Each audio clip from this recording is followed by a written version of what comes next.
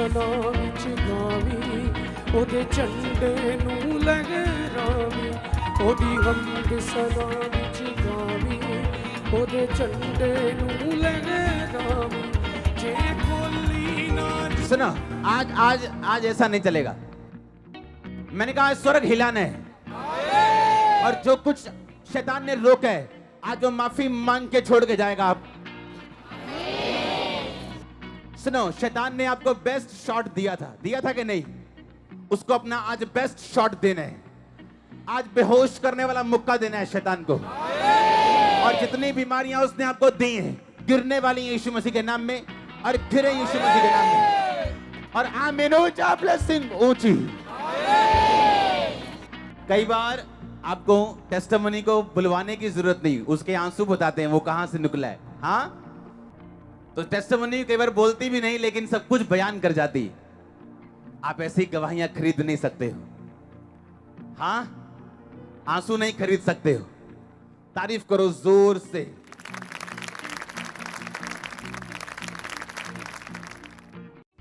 तारीफ करो जोर से। लूका 17 उसकी 10 आयत को मैं पढ़ूंगा, आप उसे सुनेंगे।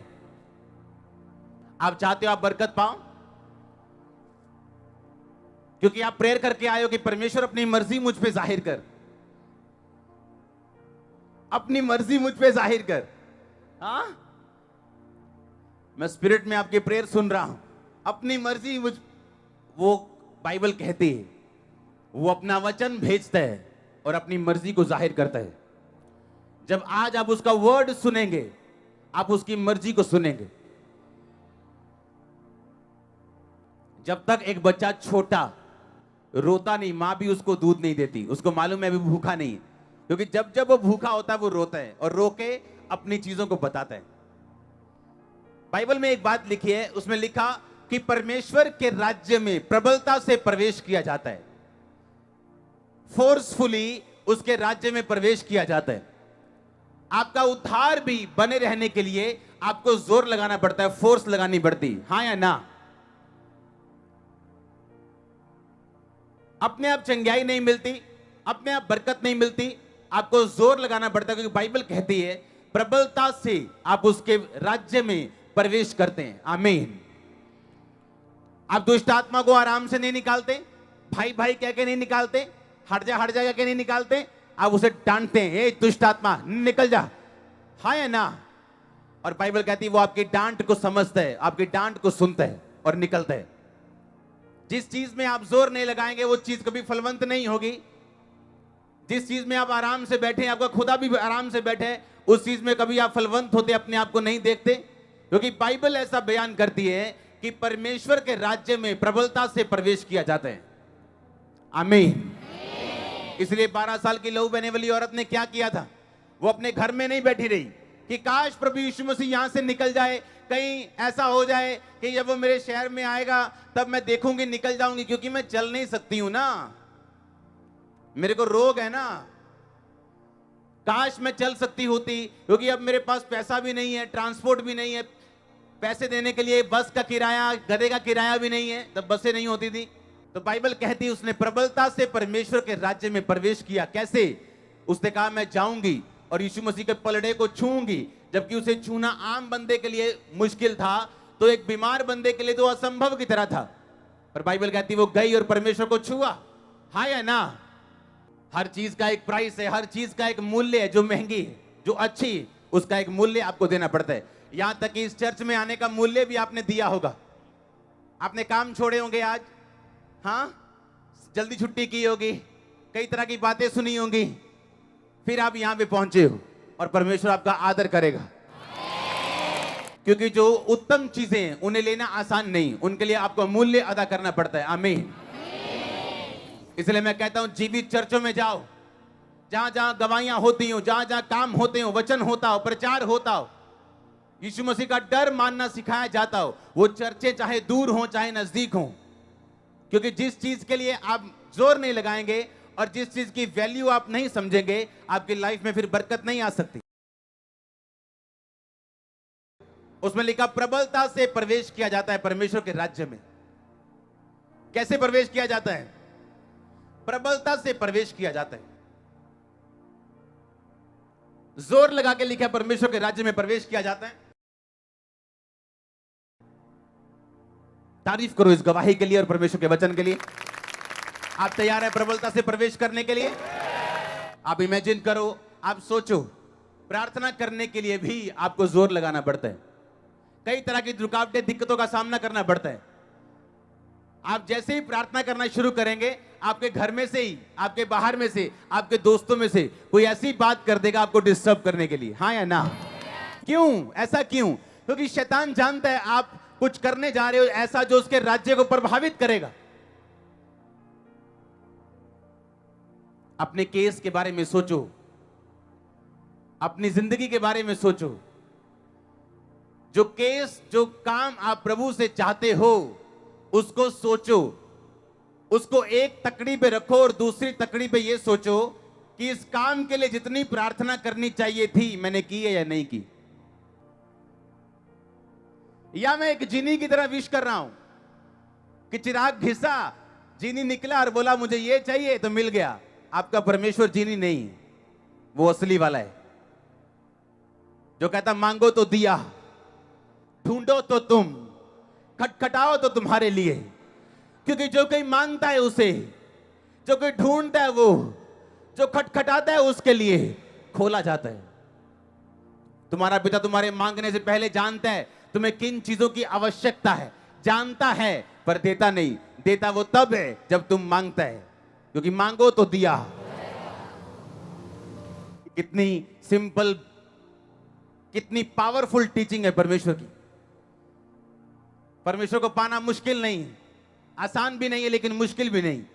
उसकी टीचिंग ऐसी नहीं है, उसका वचन ऐसा नहीं कि आपके दिमाग के ऊपर से निकल जाए। एक अनपढ़ भी उसे समझ सकता है, एक डॉक्टर भी उसे समझ सकता है। आमीन। उसने कहा अगर तू मेरे राज्य में प्रवेश करना चाहता है तो क्या करना पड़ेगा? प्रबलता से तुझे प्रवेश करना पड़ेगा। प्रेयर करने के लिए, फास्टिंग करने के लिए, बोने के लिए तुझे जोर लगाना पड़ेगा, प्रबलता से प्रवेश करना पड़ेगा मेरे राज्य में आने के लिए। हालेलुया। इसलिए 12 साल वाली वो औरत घर में नहीं बैठी रही। आप जक्कई को जानते हैं, आप जो बाइबल नहीं पढ़ते उनको लगता है किसी मिनिस्टर की बात हो रही। हाँ, मैंने कहा जक्कई को जानते हैं कि नहीं? लिखा वो नाटा था। जब मुझे मालूम हुआ उसे कि परमेश्वर ने यहां से निकलना है आज, तो लिखा वो रास्ते में एक गूलर के पेड़ पे चढ़ गया परमेश्वर को देखने के लिए। बाइबल कहती वो चुंगी लेने वालों का सरदार था, एक मेयर था, मेयर बोल सकते हैं शहर का, एक प्रदेश का वित्त मंत्री बोल सकते हैं। जब उसे मालूम हुआ कि यीशु मसीह ने निकलना है तो उसने अपनी इज्जत की परवाह नहीं की।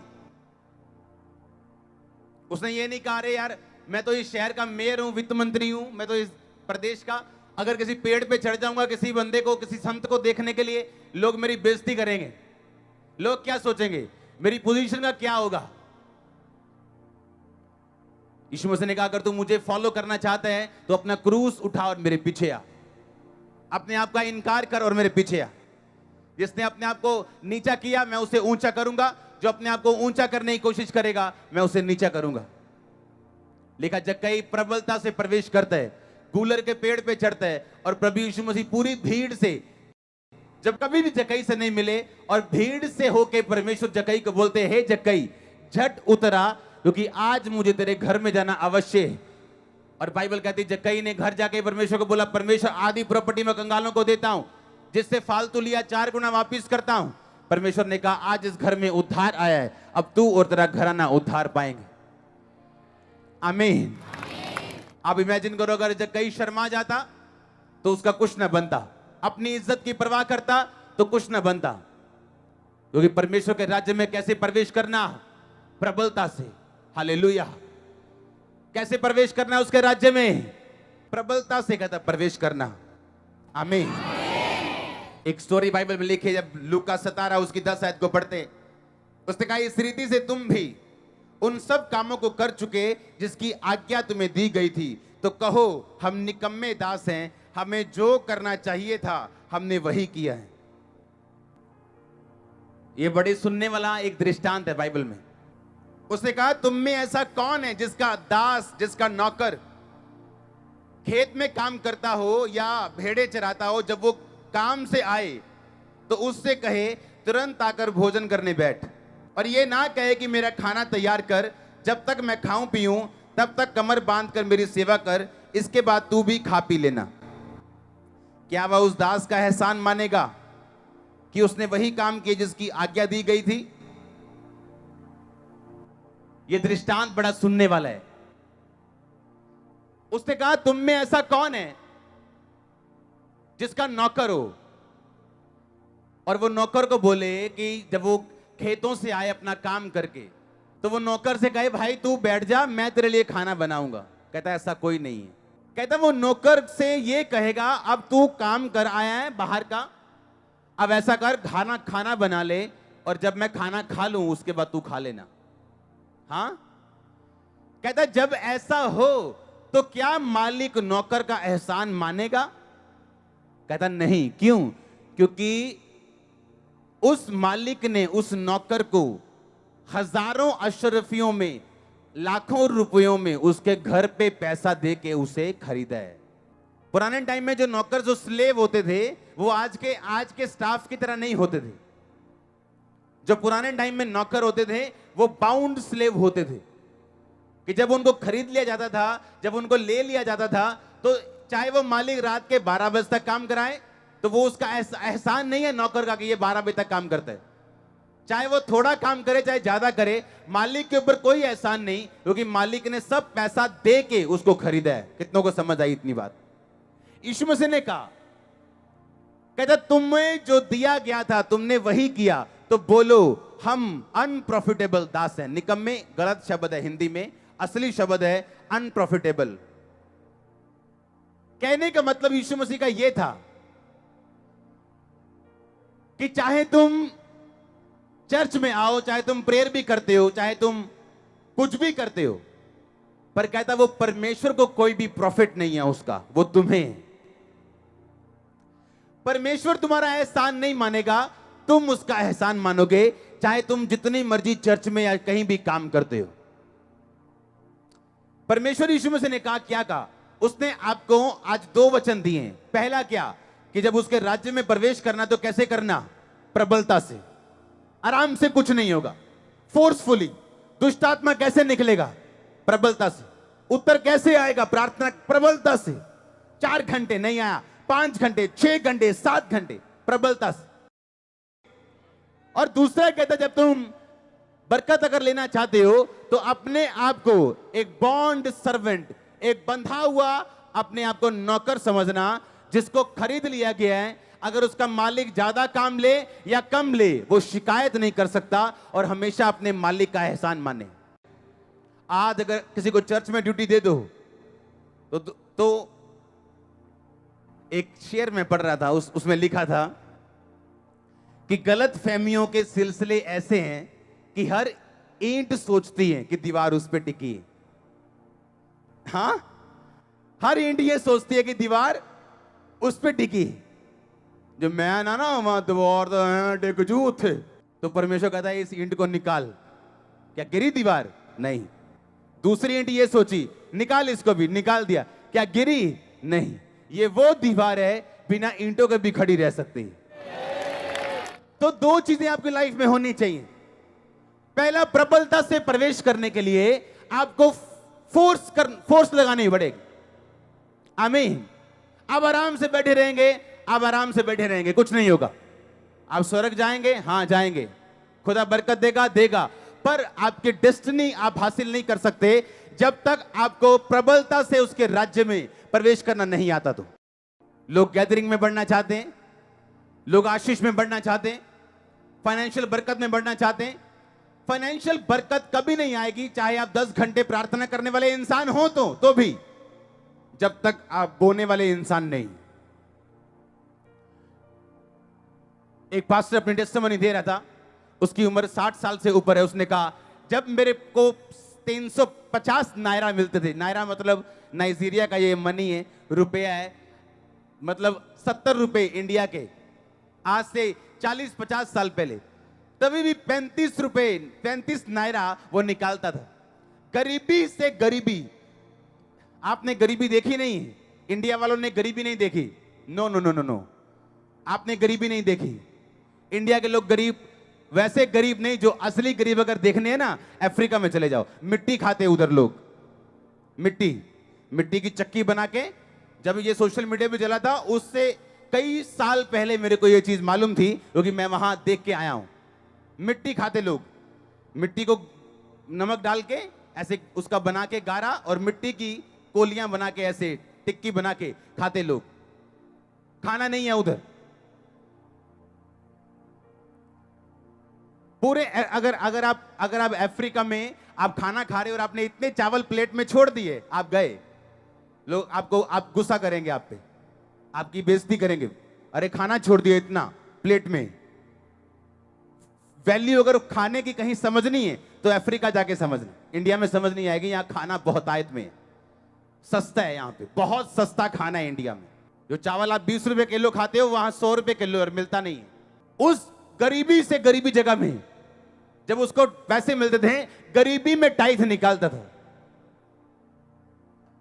आज जब चर्च बढ़ानी होती, जब चर्च बड़ी करनी होती, वो 2-2 हजार एकड़ लेते हैं एक दिन में वो पास्टर, और कभी 35 नायरा टाइथ निकालता था।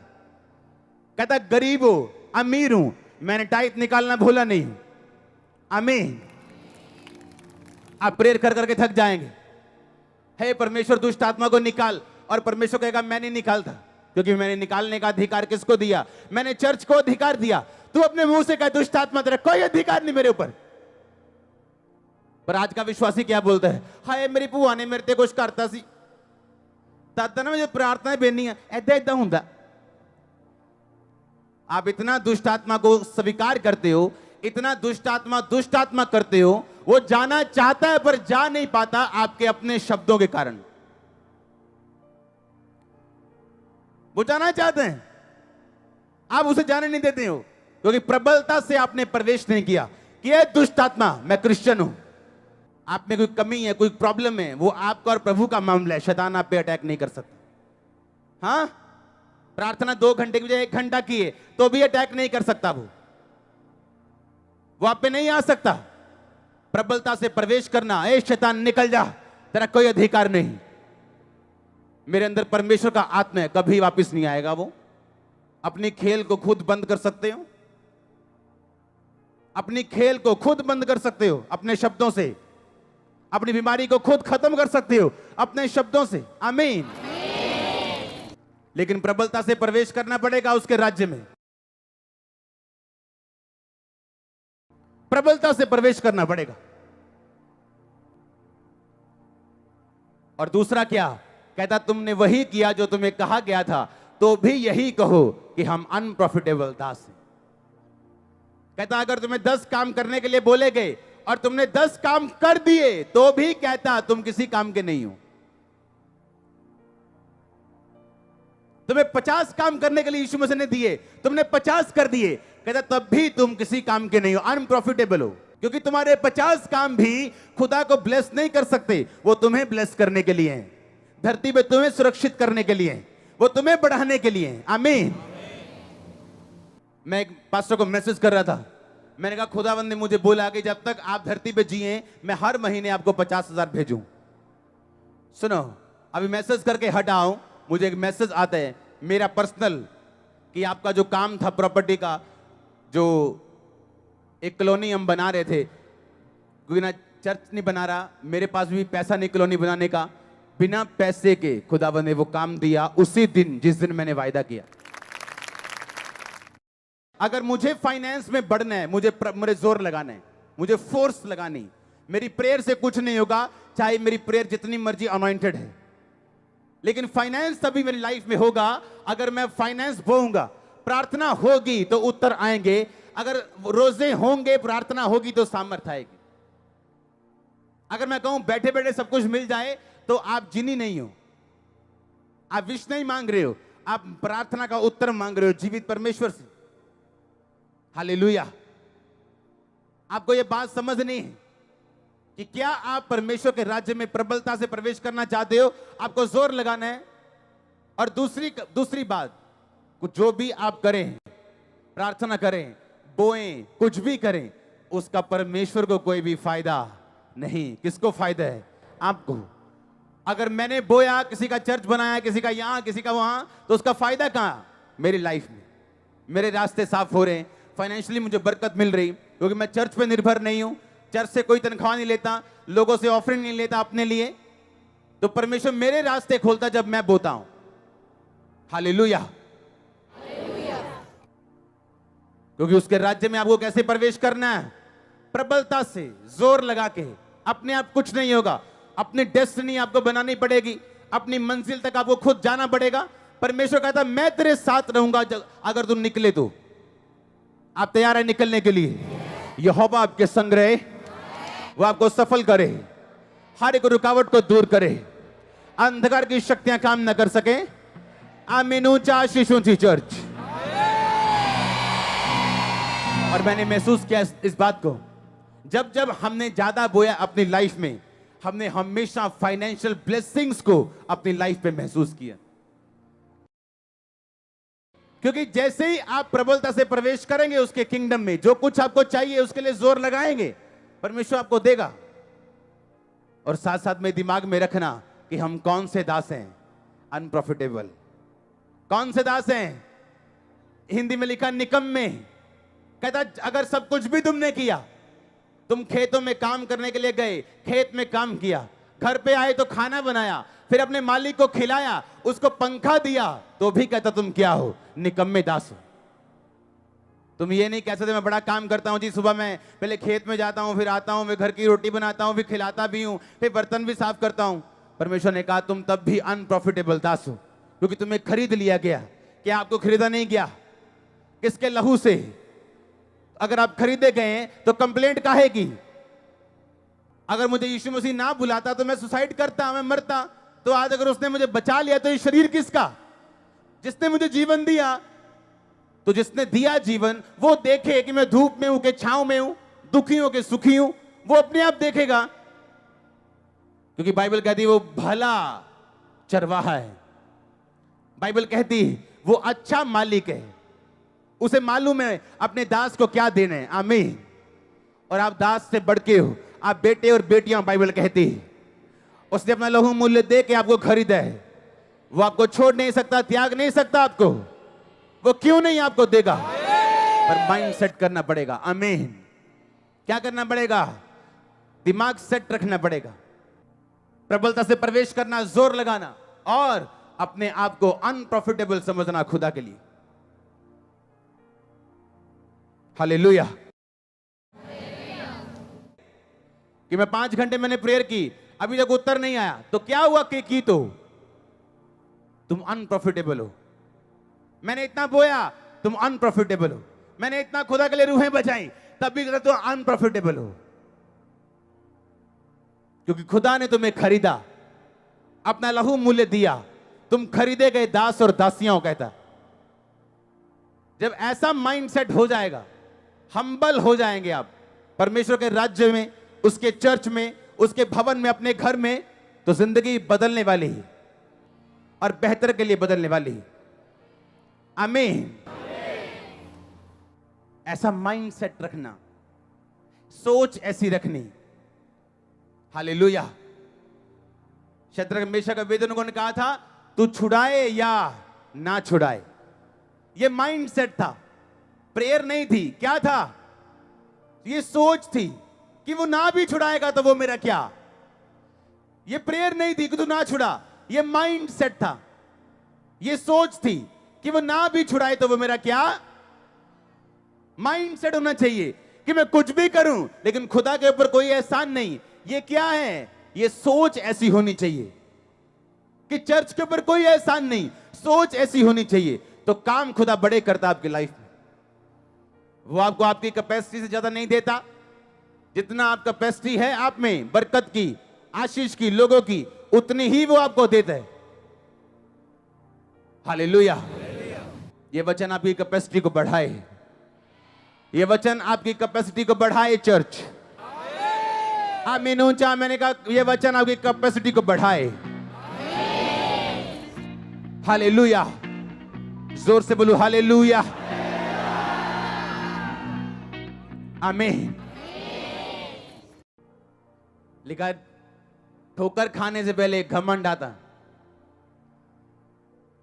नाश होने से पहले घमंड आता है, और नम्रता आने के बाद धन, महिमा और जीवन आता है।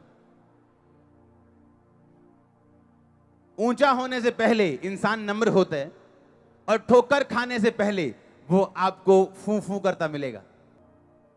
और बाइबल कहती है ऐसा कि नम्र व्यक्ति ऊंचा किया जाएगा, वो पृथ्वी का अधिकारी होगा। परमेश्वर ने कहा ऐसा बोलो कि तुम अनप्रॉफिटेबल दास हो।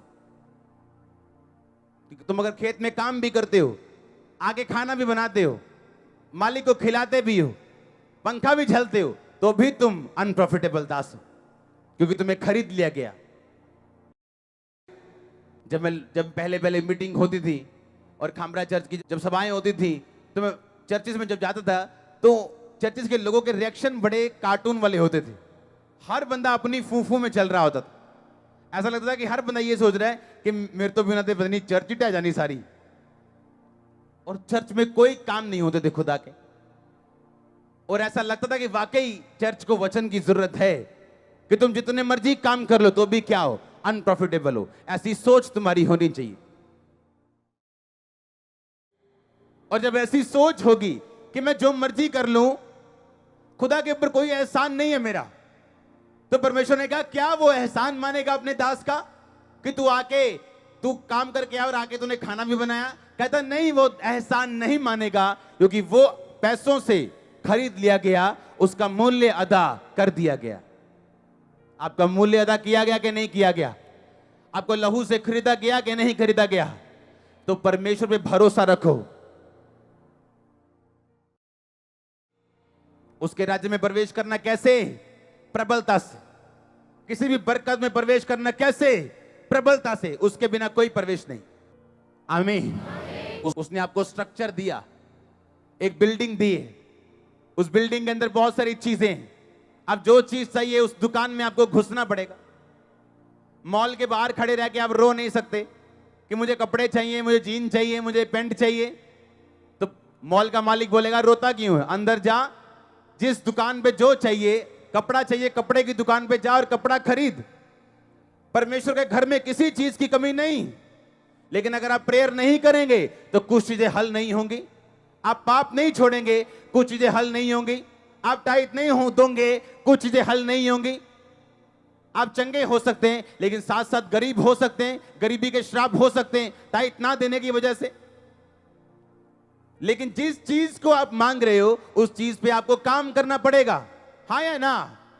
और बाइबल कहती है उस 12 साल की लोबेरी वाली औरत ने प्रबलता से परमेश्वर के राज्य में प्रवेश किया और परमेश्वर को छुआ, हाँ या ना? सुनो, परमेश्वर के घर में किसी के लिए क्या बोलते वो पक्षपात नहीं। याकूब 49 में भविष्यवाणी हुई, उत्पत्ति 49 में याकूब के बेटों के लिए। उसने कहा यहूदा के गोत्र से व्यवस्था देने वाला कभी भी अलग नहीं होगा। यीशु मसीह ने जो चेला चुना था यहूदा इस्करियोती, जिसने परमेश्वर को पकड़वा दिया था, एक्चुअली में वो चेलों का प्रधान होने के लिए चुना गया था, क्योंकि उसके बाद थैली होती थी पैसों की। तो परमेश्वर ने जानबूझ के उसको पैसों की थैली दी थी कि ये पैसों की थैली जो है किसी खास प्रेरित को दी जाए, बाद में उसे खड़ा किया जाए। उसको एक ड्यूटी मिली थी सिर्फ। लेकिन बाइबल कहती है वो चोर निकला और उसके बाद परमेश्वर ने पतरस को पूछा कि मैं कौन हूं? तो पतरस ने कहा तू जीवते परमेश्वर का पुत्र मसीह है। दूसरे चेलों को पूछा, उन्होंने कहा कोई तुझे यिर्मयाह कहता है, कोई तुझे एलीशा कहता है, क्योंकि वो लोगों की सुनते थे, परमेश्वर की भी सुनते थे। पतरस सिर्फ परमेश्वर पे ध्यान रखता था। तो परमेश्वर ने कहा पतरस मैं कलीसिया तुझ पे बनाऊंगा और अधोलोक के फाटक तुझ पे प्रबल नहीं होंगे। कहा था कि नहीं? यह वचन तब निकला था जब पतरस ने परमेश्वर को टच कर लिया था, प्रभावित कर दिया था। हाँ या ना? हाँ या ना? आप जानते हैं जब जक्कई ऊपर चढ़ा गूलर के पेड़ के ऊपर, तो उसने परमेश्वर को छू लिया, प्रभावित कर दिया। परमेश्वर हैरान है कि इतना बड़ा आदमी गूलर के पेड़ पे चढ़ा, इतना। और परमेश्वर का ठीक है, तेरे घर जाऊंगा मैं। ये उसका ऊपर चढ़ने का क्या था? असर था। बात खत्म हो गई। अब यीशु मसीह घर चले गए। जब घर गए यीशु मसीह, तो उसने बोला, जक्कई ने, कहता परमेश्वर, मेरे दिल में आया मैं एक और काम करूं। मेरी आधी प्रॉपर्टी कंगालों को देता हूं, और जो कुछ मैंने गलती से लोगों का ले लिया, हाँ, किसी ने ब्याज नहीं दिया, उसको मार कूट दिया, उसका घर ले लिया, कहता मैं 4 गुना वापस करता हूं। किसी का 2.5 मरले का अगर घर लिया, तो 2.5 मरले के उसे 4 घर में कल वापस करूंगा। परमेश्वर ने कहा, अब तू और तेरा घराना उद्धार पाएंगे। ये पहले नहीं लिखा। कब लिखा? जब उसने बोया, रिपेंट किया, शब्दों से नहीं, काम से। कितने मेरी बात को समझ रहे हैं? आप अपने माता पिता से प्यार करते हो? शारीरिक माता पिता से प्यार करते हो? आत्मिक माता पिता से प्यार करते हो? इफ्सिया में लिखा, obey your parents in the Lord. In the Lord, प्रभु में अपने माता पिता के क्या करो? अधीन रहो, यानी आपके स्पिरिचुअल पेरेंट्स। निर्गमन में लिखा, अपने माता और पिता का आदर करो, यानी आपके शारीरिक माता और पिता। अगर आप बरकत चाहते हो, अपने माता पिता को गिफ्ट देके देख लो, बरकत आ जाएगी। आप देख लो करके। जाओ मम्मी को गिफ्ट दो, कल जाओ पापा को गिफ्ट दो। आप देखोगे प्रैक्टिकली जो बाइबल के वचन लिखे हैं उनमें कितनी पावर है। मुझे गिफ्ट नहीं चाहिए आपका, मेरे जो गिफ्ट आते तो 1 साल लगता है खोलने में मुझे। कई बार 1 साल बाद चीजें यूज करने वाली नहीं होती। हालेलुया।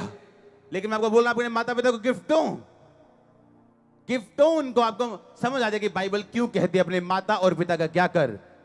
अगर तू लंबे दिन देखना चाहता है, अगर तुम धरती से जल्दी जाना चाहते हो, गालियां निकालो अपने माता पिता को, खुदाबंद उठा लेगा तुम्हें। आप देखना।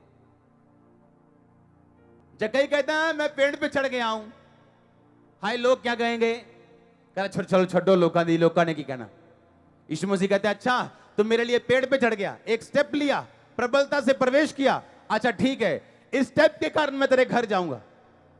बात खत्म हो गई। अब घर जाके जक्कई बोलता है परमेश्वर एक और काम करने का दिल कर रहा है। क्या? आधी प्रॉपर्टी कंगालों को, जिससे ज्यादा कुछ ले लिया उसको 4 गुना वापिस। अब तू और तेरा घराना उद्धार पाएंगे। आप चुप बैठेंगे, खुदाबंद चुप बैठेगा। आप फाइनेंस के लिए चुप हैं, वो भी चुप है। आप गरीबी में खुश हैं क्योंकि आपकी तनख्वाह 10-15 हजार है, दायित्व निकालते, कोई बात नहीं, मैं भी खुश हूं, आप भी खुश हैं, पर गरीबी भी खुश है। शमौन कोड़ी के घर में परमेश्वर जाते हैं और शमौन कोड़ी का कोड़ी रह जाता है। बाइबल पढ़ के देख लो। यहां तक कि लिखने वाला खुदा का दास संत लूका उसे शमौन कोड़ी लिख रहा है, क्योंकि वो चंगा नहीं हुआ यीशु मसीह को घर बुलाने के बावजूद। यीशु मसीह को घर बुला के तो परमेश्वर ने, एक औरत आई यीशु मसीह के पास और अपने बालों से उसके पैर साफ करने लगी, और यीशु मसीह ने रोका नहीं, ये हट जा, नो। और जिसने घर बुलाया था शमौन ने, वो कह रहा है अगर ये खुदा का दास होता, खुदा का बेटा होता, तो इसे मालूम ना होता कैसी औरत इसके पांव बाल लगा रही है, क्या इसे ये नहीं पता कि ये वैश्य है? चेक करने लग गया परमेश्वर को। यीशु मसीह ने कहा शमौन एक बात बता कि कौन ज्यादा प्यार करेगा, जिसका 50 रुपए माफ हुए कि जिसका 500 माफ हुआ? कहता प्रभु जिसका 500 हुआ। कहता इसका 500 हुआ, तेरा 50 हुआ। ये ज्यादा बड़ी पापी थी, ये मैं आया और इसने माफी मांगी, अपने आंसुओं से मेरे पांव धोए, तुमने मुझे पानी भी नहीं दिया पांव धोने के लिए, इसने इत्र मलाया मेरी बॉडी के ऊपर, तुमने मुझे मुंह पे चुम्मी नहीं दी, इसने मेरे पांव चूमने नहीं छोड़े और माफी मांगी, बालों से साफ किया। और सोचो, जिस घर ने यीशु मसीह को बुलाया वो घर खाली रह गया और दूसरे आके बरकत ले गए। चेक कर रहा है परमेश्वर को। और जब कहीं एक स्टेप लेते हैं, खुदावंद ने बरकत दी, दूसरा लेते हैं, बरकत दी। आप स्टेप नहीं लोगे, बरकत आपकी अड़ी है आसमान के ऊपर, आप देखो लेनी है कि नहीं लेनी। आप जानते हैं बहुत सारे पास्टर्स का फाइनेंशियली ना बढ़ने का कारण क्या है? पास्टर्स हमेशा लेते हैं, देते कभी नहीं। हमेशा ये दे दो, ये दे दो, ये दे दो, तभी भी क्या है? घटी चल रही है। क्यों? क्योंकि आपकी मिनिस्ट्री का टाइथ निकलना चाहिए, पर्सनल लाइफ का टाइथ निकलना चाहिए, हर चीज का टाइथ जब आप जो आके हाथ में पड़े, अगर वो निकलेगा, कोई दुनिया की ताकत आपकी बरकत नहीं रोक सकती। दुनिया की ताकत कोई, सब 100 बंदे इकट्ठे हो जाएं, आपकी बरकत रोकने के लिए नहीं रोक सकते, जब स्वर्ग आपके साथ होगा। पर पास्टर्स तंग क्यों है? उन्हें मालूम ही नहीं कि जो वचन वो लोगों को प्रचार करते हैं उनको भी फॉलो करने हैं। और जब बरकत नहीं आती, फल नहीं आता, तो फिर क्या आता है? बेइज्जती आती। फिर लोग ये नहीं देखते तू क्रिश्चियन है, वो देखते हैं अच्छा तू चर्च जाता लेकिन अभी तक बरकत नहीं आई। हन्ना और पनिन्ना, लेकिन हन्ना बड़ी थी, पनिन्ना छोटी थी, पर पनिन्ना का नाम पहले लिया जाता था क्योंकि उसके बच्चे थे। जब फल नहीं होता, नाम सेकंड होता है आपका, लोग आपको बाद में याद करते हैं, और फलदार लोग पहले याद किए जाते हैं। फलदार बनो, फलदार बनो, फलदार बनो, फलदार बनो यीशु मसीह के नाम में। ऑनलाइन फलदार बनो यीशु मसीह के नाम में। मैं कमांड करता हूं आपको फलदार बनने के लिए। हालेलुया। आपको फैसला लेना है। आमीन। बैठे बैठे कुछ नहीं होगा, गरीबी के श्राप नहीं टूटेंगे अगर थोड़े से देने का फैसला नहीं किया। अगर प्रेयर करने का फैसला नहीं किया तो शैतान और बीमारियां नहीं जाने वाले।